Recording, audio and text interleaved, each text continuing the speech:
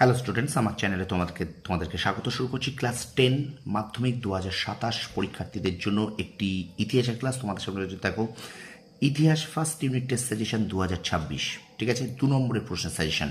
আজকে আমি তোমাদের সামনে তৃতীয় অধ্যায়, ইতিহাসের যে তৃতীয় অধ্যায় আছে সেই ইতিহাসের তৃতীয় অধ্যায় থেকে তোমাদের সামনে 2 নম্বরের প্রশ্নের সাজেশন দেবো, যেটা তোমাদের ফার্স্ট ইউনিট টেস্টের জন্য ভীষণ ভীষণ গুরুত্বপূর্ণ। ঠিক আছে, তোমাদের তৃতীয় অধ্যায় আছে প্রতিরোধ ও বিদ্রোহ বৈশিষ্ট্য বিশ্লেষণ। ঠিক আছে, তো এটা কিন্তু মাধ্যমিক 2027 মনে রাখবে। ঠিক আছে, এটা আমি লিখতে ভুলে গেছি। মাধ্যমিক 2027 পরীক্ষার্থীদের জন্য কিন্তু এই ক্লাসটা, অর্থাৎ ক্লাস 10-এর ফার্স্ট ইউনিট টেস্ট 2026 সাজেশন। আমি কিন্তু তোমাদের ফার্স্ট চ্যাপ্টার এবং সেকেন্ড চ্যাপ্টারের 2 নম্বর এবং 4 নম্বরের প্রশ্নের সাজেশন দিয়েছি, তোমরা প্লে লিস্টে গিয়ে চেক করে নিতে পারবে। ঠিক আছে, তো চলো শুরু করে দিই। ক্লাস 10 ইতিহাস first unit test suggestion, first unit test suggestion 2026, তৃতীয় অধ্যায় প্রতিরোধ বিদ্রোহ বৈশিষ্ট্য বিশ্লেষণ। এই অধ্যায় থেকে আমরা করব 2 নম্বরের প্রশ্নের সাজেশন। চলো, এই অধ্যায় থেকে কি কি 2 নম্বর প্রশ্ন তোমাদের জন্য আমি রেখেছি, তো এই প্রশ্নগুলো একটাও কিন্তু বাদ দেবে না, বারবার বলছি। ঠিক আছে, প্রত্যেকটা প্রশ্ন ভালো করে পড়ে যাবে, এবং এই প্রশ্নগুলো শুধু তোমাদের ইউনিট টেস্ট নয়, তোমাদের কিন্তু সামনে টেস্ট পরীক্ষা এবং তোমাদের আগামী যে মাধ্যমিক পরীক্ষা থাকবে 2027 সালে, সেগুলোর জন্যও কিন্তু ভীষণ ভীষণ গুরুত্বপূর্ণ। ঠিক আছে, তো চলো 2 নম্বরের প্রশ্নের সাজেশন দেখে নিই। প্রথম প্রশ্ন, ঔপনিবেশিক সরকার কি উদ্দেশ্যে অরণ্য আইন প্রণয়ন করেছিল? ঠিক আছে, ঔপনিবেশিক সরকার কি উদ্দেশ্যে অরণ্য আইন প্রণয়ন করেছিল? 2 নম্বর প্রশ্ন দেখো, সংরক্ষিত অরণ্য কি? ওকে, আচ্ছা। 3 নম্বর, তোমাদের এটা পড়তে হবে না, বিপ্লব বলতে কি বোঝায়, এটা কিন্তু এবছর পড়ে গেছে, দেখো 2026 আমি লিখে দিয়েছি, আমি ভুল করে লিখে ফেলেছিলাম। ঠিক আছে, তো এটা কিন্তু 2026 পড়েছে, তাই কেটে দিয়েছি, বাদ দিয়ে দিয়েছি।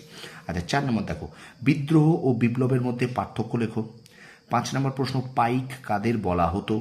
6 নম্বর, কাকে কেন মেদিনীপুরের লক্ষ্মীবাই বলা হয়? 7 নম্বর, চুয়ার বিদ্রোহের গুরুত্ব কী ছিল? আচ্ছা, 8 নম্বর দেখো, দক্ষিণ পশ্চিম সীমান্ত এজেন্সি কেন গড়ে তোলা হয়েছিল? ঠিক আছে, তো প্রত্যেকটা প্রশ্ন কিন্তু ভীষণ ভীষণ গুরুত্বপূর্ণ। তো একটা প্রশ্ন তুমি কিন্তু বাদ দেবে না। ঠিক আছে, আর এর মধ্যে থেকে তোমার যদি কিছু করে থাকো আর কিছু যদি তোমার বাদ গিয়ে থাকে, তুমি কিন্তু অবশ্যই এগুলোকে পড়ে নাও, কারণ তোমার কিন্তু ফার্স্ট উইকে, এপ্রিল মাসের ফার্স্ট উইকে কিন্তু অনেক স্কুলে কিন্তু পরীক্ষা হবে। ঠিক আছে, তো অবশ্যই তোমরা কিন্তু এই প্রশ্নগুলোকে মন দিয়ে পড়বে। চলো আমরা ভিডিওটা কন্টিনিউ করি একটুখানি।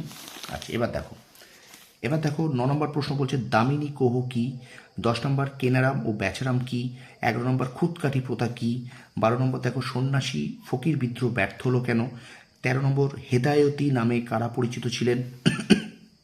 14 নম্বর, তারিকা ই মোহাম্মদিয়া কি? 15 নম্বর দেখো, বারাসাত বিদ্রোহ কি? দুদুমিয়া স্মরণীয় কেন? 17 নম্বর, নীলকররা নীল চাষীদের উপর কিভাবে অত্যাচার করত তা সংক্ষেপে আলোচনা করো। 18 নম্বর প্রশ্ন, নীল বিদ্রোহে খ্রিস্টান মিশনারিদের ভূমিকা কীরূপ ছিল? এবং শেষ প্রশ্ন, নীল বিদ্রোহে হরিশ্চন্দ্র মুখোপাধ্যায়ের ভূমিকা কীরূপ ছিল? তো এই 18টা প্রশ্ন, 19টা আছে, তার মধ্যে একটা বাদ দিয়েছি। তো এই 18টা প্রশ্ন তোমরা কিন্তু অবশ্যই মন দিয়ে করবে, ভালো করে এগুলোকে তৈরি করে যাও। ঠিক আছে, এই প্রশ্নগুলো শুধুমাত্র ফার্স্ট ইউনিট টেস্ট 2026 সের জন্য কিন্তু ভীষণ ভীষণ গুরুত্বপূর্ণ। তাছাড়াও কিন্তু এই প্রশ্নগুলো কিন্তু তোমাদের ইউনিট টেস্ট পরীক্ষা এবং তোমাদের ফাইনাল পরীক্ষা আগামী বছরের জন্য কিন্তু ভীষণ ভীষণ গুরুত্বপূর্ণ। ঠিক আছে, তো তৃতীয় অধ্যায় থেকে 2 নম্বরের প্রশ্নের সাজেশন আমি তোমাদের সঙ্গে তুলে ধরলাম। আশা করি ভিডিওটা ভালো লেগেছে। ভালো লাগলে অবশ্যই তোমরা লাইক করবে, কমেন্ট করবে, বন্ধুদের মাঝে বেশি করে শেয়ার করে দাও। তোমরা একটুখানি বেশি করে শেয়ার করে দাও তোমার প্রত্যেকটা বন্ধুর কাছে। আর আমার চ্যানেল যদি নতুন হয়ে থাকে, অবশ্যই চ্যানেলটাকে সাবস্ক্রাইব করো, পাশে থাকা বেল আইকনে প্রেস করে রাখো। ওকে, তোমরা সফল হও, তোমাদের সাফল্য কামনা করি। ধন্যবাদ।